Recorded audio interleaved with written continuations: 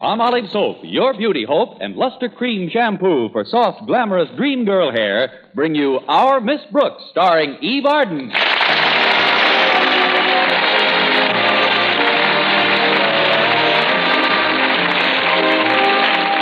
Our Miss Brooks teaches English at Madison High School. She's very fond of her pupils, and they're very fond of her.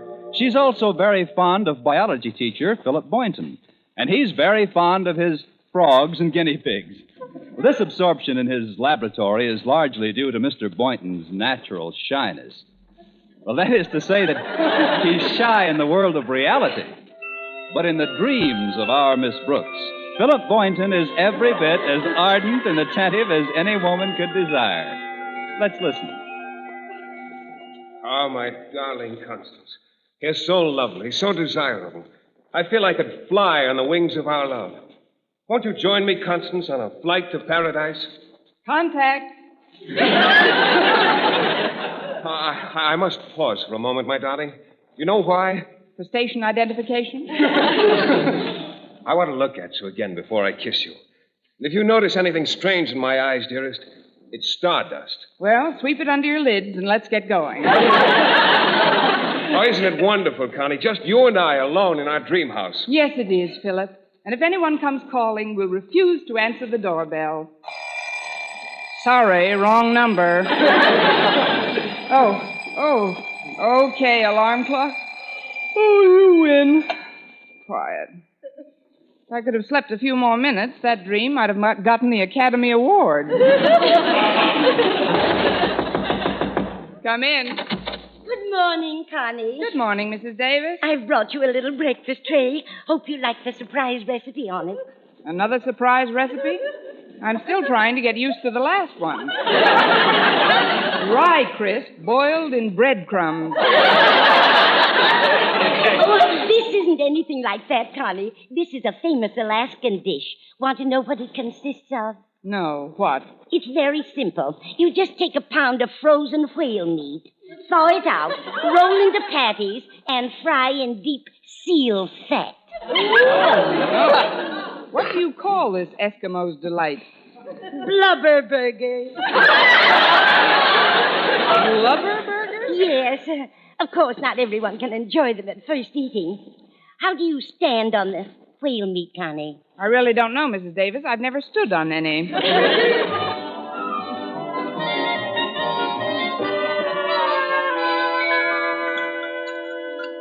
It was nice of you to bring a tray into my room, Mrs. Davis, but I'd rather have breakfast out here in the dinette with you. Oh, thank you, Connie. But you haven't had a thing but a glass of milk. I know. You can't fry that.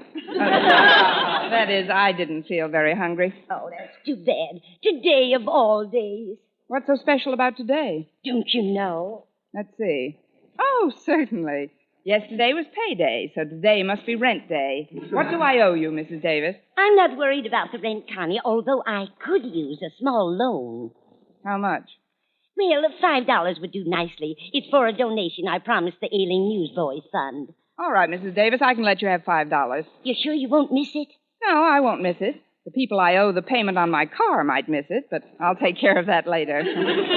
I've had my eye on a bag in Justin's department store, and I've decided to throw caution to the winds and buy it this afternoon. The one you told me about, green alligator skin? That's the one. Of course, I'll have to postpone a lot of my time payments. The car, my coat, the watch I bought for Mr. Boynton, but it's worth it. Wait till you see that bag, Mrs. Davis. But what about your creditors? What'll you tell them? I'll write them all polite letters. Letters? What'll you say? Oh, I'll think of something. I'm an English teacher, ain't I? Aren't I? Am I not? You certainly must have your heart set on that bag. Oh, I have. Do you think Mr. Boynton will like it? He likes frogs and lizards and things. Then this alligator bag ought to be right up his alley. Lucky alligator bag to be up an alley with Mr. Boynton. Oh, that must be Walter Denton. He's giving me a lift to school. I'll be there in a minute, Walter. Is your car in the repair shop again, Connie? Yes, the garage says they just have to get one more part for the car before I can drive it again. What part is that? A motor.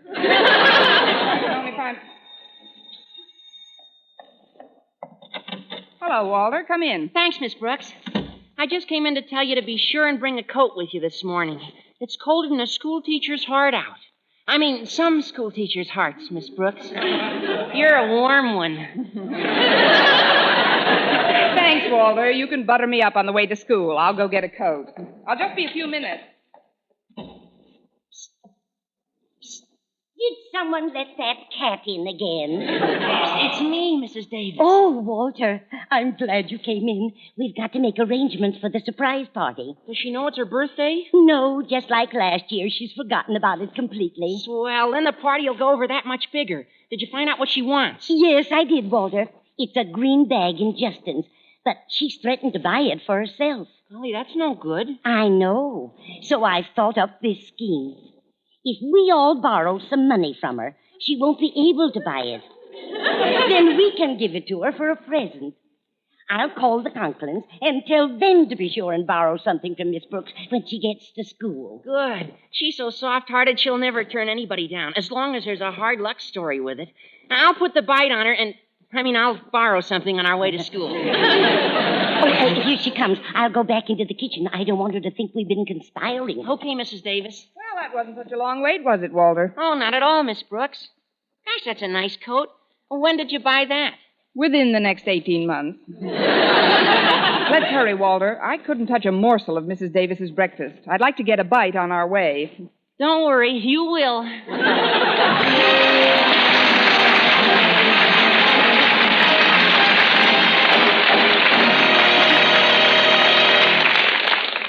Our Miss Brooks will continue in just a moment, but first, here is Vern Smith with an important announcement. Palmolive Soap is giving away prizes worth $67,000. A grand prize of $25,000 in one lump sum, or $100 a month for life. And that's not all. There are over 2,000 prizes in Palmolive's big treasure chest contest. Ford sedans, Westinghouse laundromats, From Silver Fox scarves, Toastmaster toasters. and it's easy to enter. Complete the last line of this jingle. A fresher, brighter-looking skin is something I would like to win. I'll get Palmolive soap today. Da-da-da-da-da-da-da-da. Write your last line on a plain sheet of paper or use an official entry blank giving complete rules obtainable at your dealers. Include your own and dealer's name and address and mail with the big word Palmolive from the front of the wrapper of one regular and one bath-size cake of Palmolive soap to Palmolive, Box 92, New York 8, New York. Now, here's the jingle once more. A fresher, brighter-looking skin is something I would like to win. I'll get Palmolive soap today. Da-da-da-da-da-da-da. Mail your entry to Palmolive, Box 92, New York 8, New York. Get Palmolive soap for a lovelier complexion. Remember, doctors prove Palmolive's beauty results.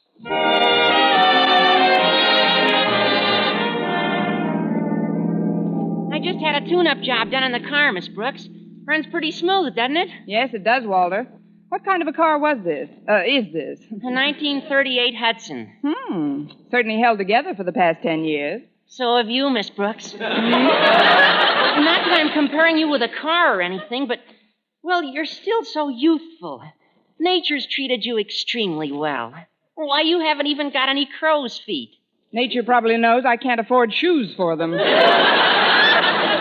I don't like to keep bothering you with my personal problems, Miss Brooks, but could I once more?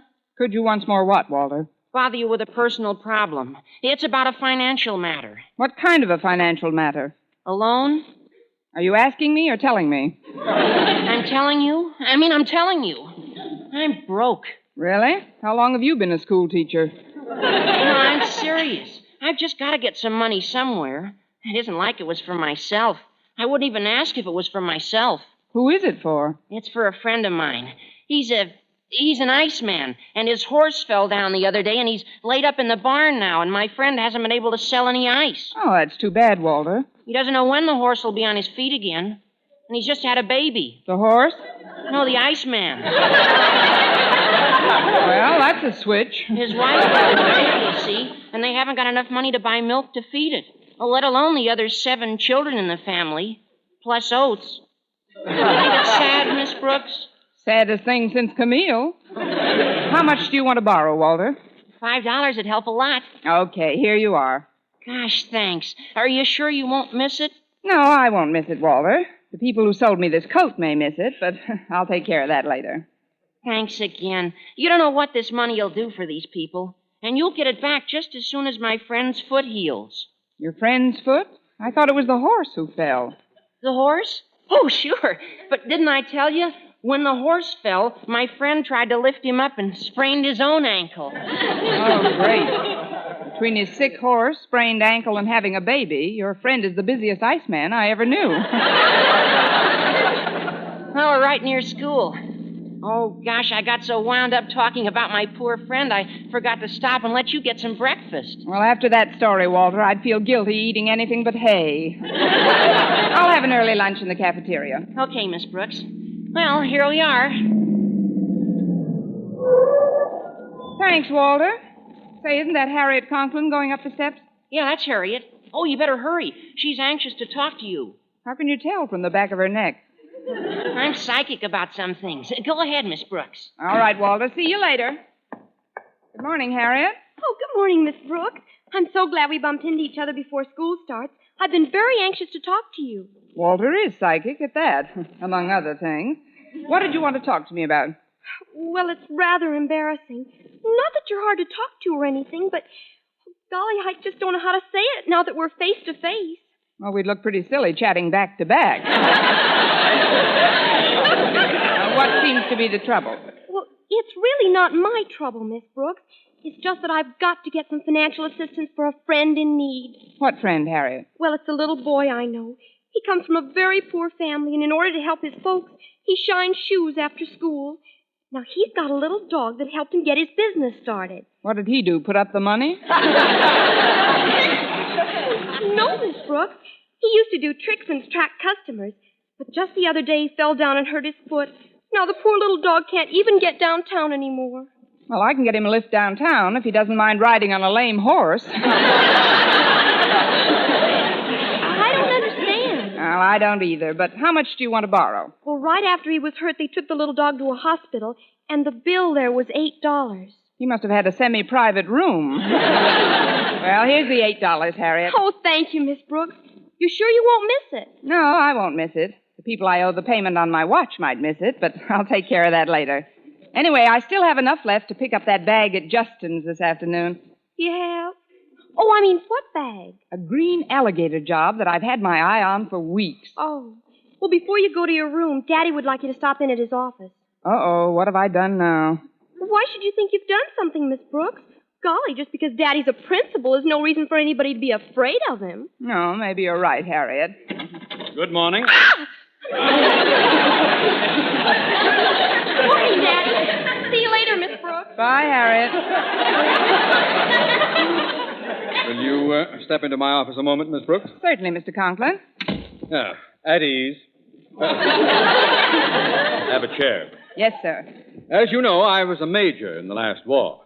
Spent almost 4 years in charge of the post exchange at Camp Bobrick, Ohio. Stout fella. Yes, although I've been returned to the arms of my loved ones for over 2 years now, I opened my last box of Hershey's in 46. I must confess there are aspects of military life which bear remembering.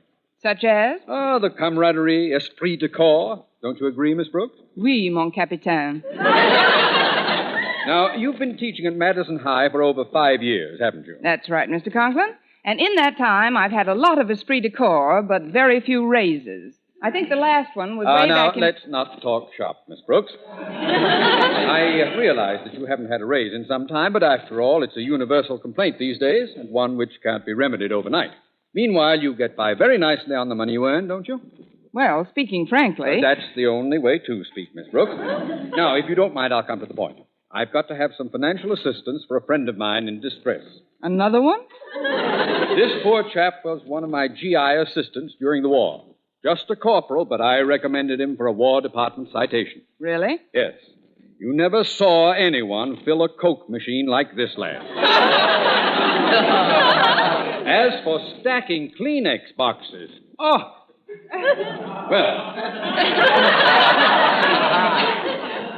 After the war, he got married and started to raise a family. That was 3 years ago, but luck didn't favor this boy. He lost one job after another. Things went from bad to worse. You mean he became a teacher? No laughing matter, Miss Brooks. He's just written me that his wife is going to have another baby. Their fourth. In 3 years?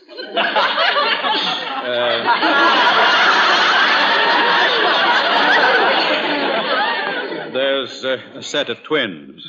In any event, he's desperate. He can't even afford a hospital room for his wife.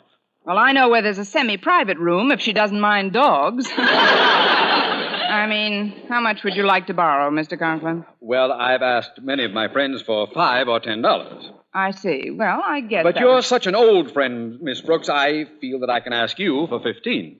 Before our friendship gets any older, here's the $15. Oh, thank you, Miss Brooks. You're sure you won't miss it? No, I won't miss it. The people I owe a repair bill on my car might miss it, but I'll take care of that later. Very well. That'll be all then. Dismissed.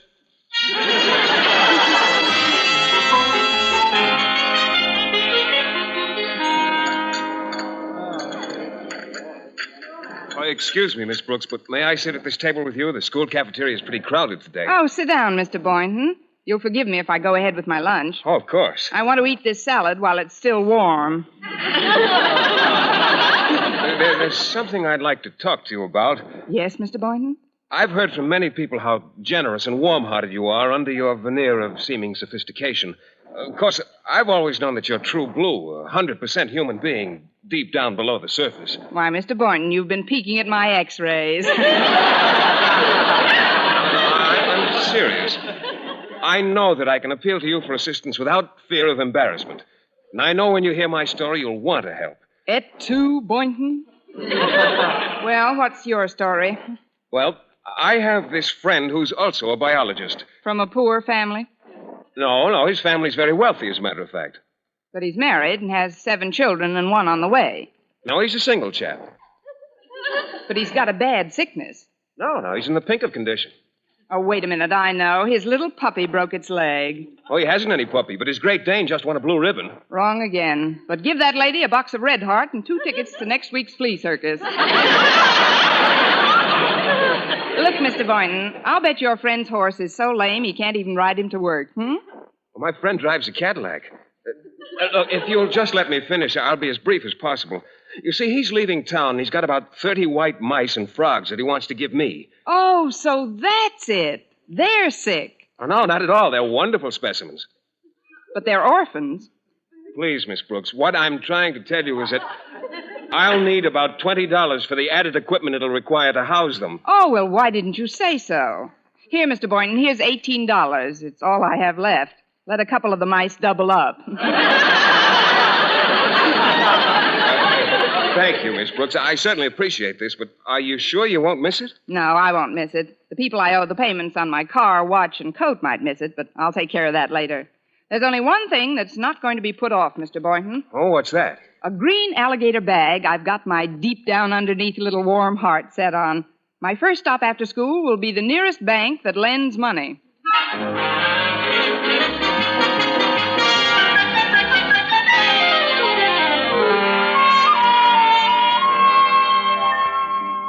All right. Attention. Quiet, please. Now then, Harriet, it was your idea to have this surprise party for Miss Brooks. Suppose you outline the plan. All right, Daddy.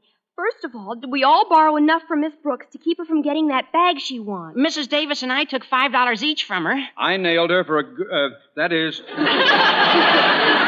I appropriated 15. And she loaned me $18. Good for you, Mr. Boynton. Oh, I'm afraid it's not good enough, Mr. Conklin. She told me at lunch she was going to the bank and borrow the money for the bag. Oh, golly, that'll spoil everything. I know. Why don't we call the store and tell them under no circumstances to sell her that bag? Tell them we're buying it. Excellent, Walter. It's a wonder that agile mind of yours doesn't function quite so efficaciously in the schoolroom. Gosh, thanks, Mr. Conklin. Then I'll run down to the store, pick up the bag, and take it home. Now, who'll get Miss Brooks and bring her over to our house? Oh, I will. I'll call for her at about 5 o'clock and bring her over to your house at 6. Fine. Now, synchronize watches, everybody.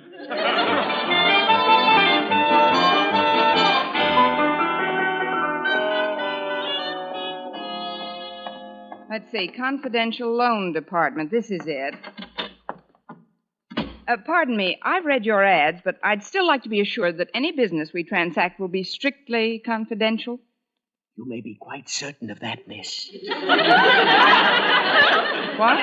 I said we treat all our transactions with the utmost secrecy. Well, you can let me in on it.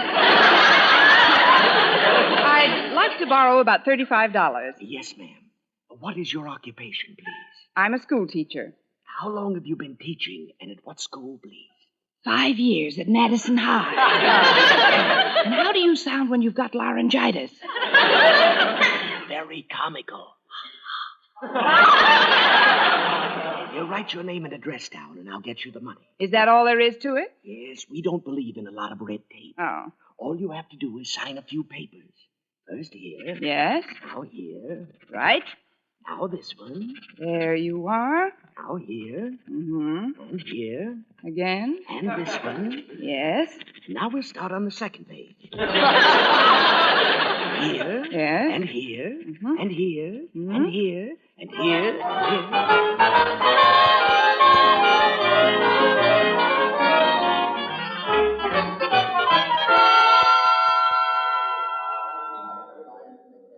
Can I help you, madam? It's Miss Brooks.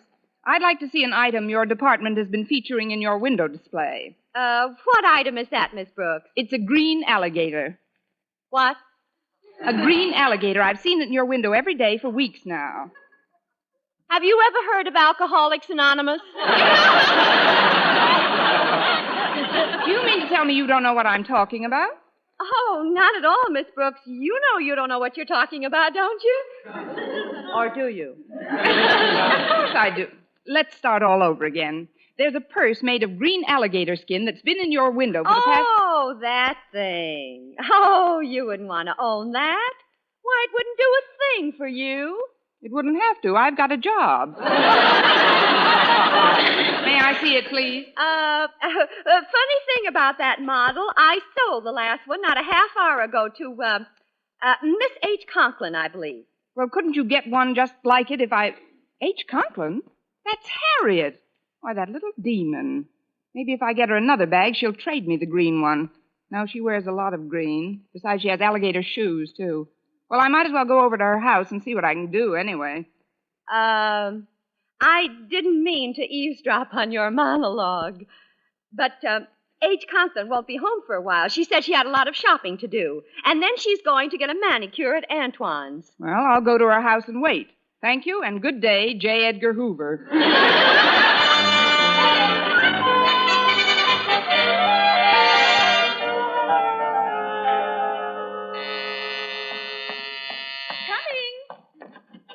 Hello, Mrs. Conklin. Is Harriet at home? Why, no, Miss Brooks. She's out doing some last-minute shopping for the...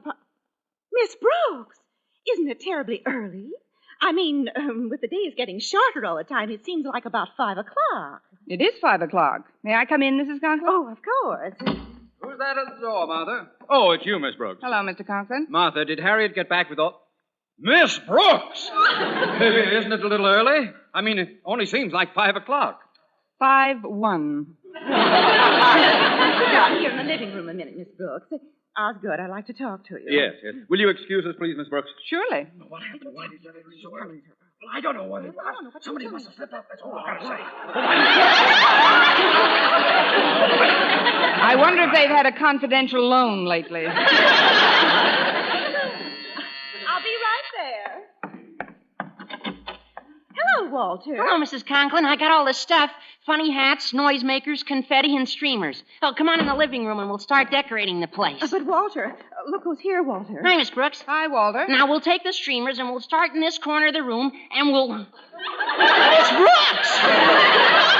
When you hear the tone, the time will be 5-2. This one's on me. Oh, hello, Mr. Conklin. I was just over to Mrs. Davis's house, but you... Say no more, Boynton. Come into the living room. Hello, Mr. Boynton. Hi. Oh, hello, Mrs. Conklin. Walter. Hello, Mr. Boynton. Oh, hello, Miss Brooks. As I started to say, Mr. Conklin, I went over to Mrs. Davis's to pick up Miss Brooks, but she... Miss Brooks! I know I'm terribly early, but I wish I knew for what. I'll answer it. Must be Harriet. Hello, dear. Mrs. Davis. come in, won't you? I got the bag, Mother, and I had it gift wrapped. Oh, it looks just super. I brought the cake, Martha. Well, hello, everybody. Hello, Mrs. Davis, Harriet. Hello, Miss Miss Brooks. Brooks. Well, there's nothing else that we can do now but wait. Miss Brooks! If somebody says Miss Brooks once more, I'm going to change my name to Lucy Pumpernickel. Well, I guess the cat's out of the bag now. We might as well tell her. Miss Brooks, this little gathering is in honor of your birthday. My birthday? How do you like that? I forgot it again. Miss Brooks, as a token of our esteem and affection, may we present you with this little gift. Go on, Miss Brooks. Open it. The gift is something you wanted for a long time, Connie. Oh, the green alligator bag. So that's why everybody borrowed money from me today. That's right. We didn't want you to get it for yourself. Well, this is certainly the nicest present anybody ever bought me, with or without my money. Oh, we didn't get this with your money, Miss Brooks. Look inside the purse. Why? Oh, what's this? 5, 10, 20? It's all here. That's right, Miss Brooks. Well, now that we all know it's your birthday, suppose you tell us how old you are. Happy birthday to me. Happy birthday to me. Happy birthday, our Miss Brooks. Happy birthday to you.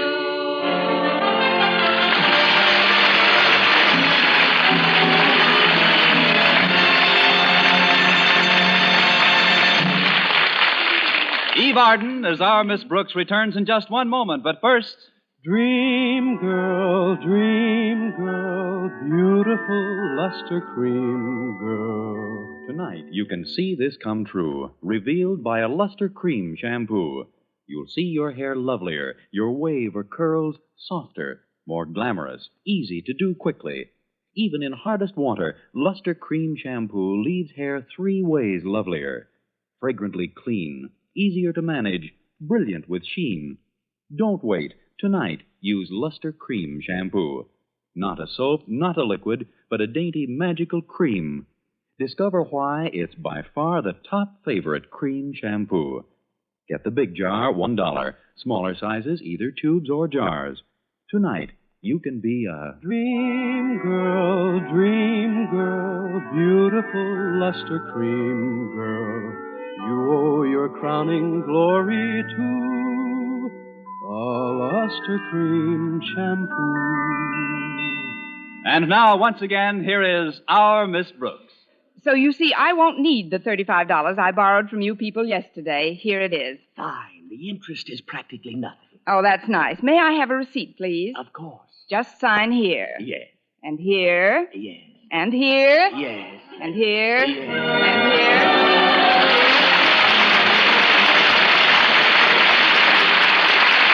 Next week, tune into another Our Miss Brooks show brought to you by Palmolive Soap, your beauty hope, and Luster Cream Shampoo for soft, glamorous dream girl hair. Our Miss Brooks, starring Eve Arden, is produced by Larry Burns, written and directed by Al Lewis, with music by Wilbur Hatch. Dentists know what cleans teeth best, and over 4,000 dentists say Colgate tooth powder with a 2-minute routine gets teeth sparkling and super clean. So to remove dull film and get your teeth shining clean, just brush teeth 2 minutes morning and night with Colgate tooth powder. Brush inside, outside, and biting surfaces. Always brush away from the gums. See how quickly this gets teeth naturally bright. It removes dull film that improper brushing misses. And Colgate tooth powder also sweetens your breath. Try it. Buy Colgate tooth powder today. For mystery liberally sprinkled with laughs, listen to Mr. and Mrs. North. Tune in Tuesday evenings over most of these same stations. And be with us again next week at the same time for another comedy episode of Our Miss Brooks. Bob Lamont speaking for CBS, the Columbia Broadcasting System.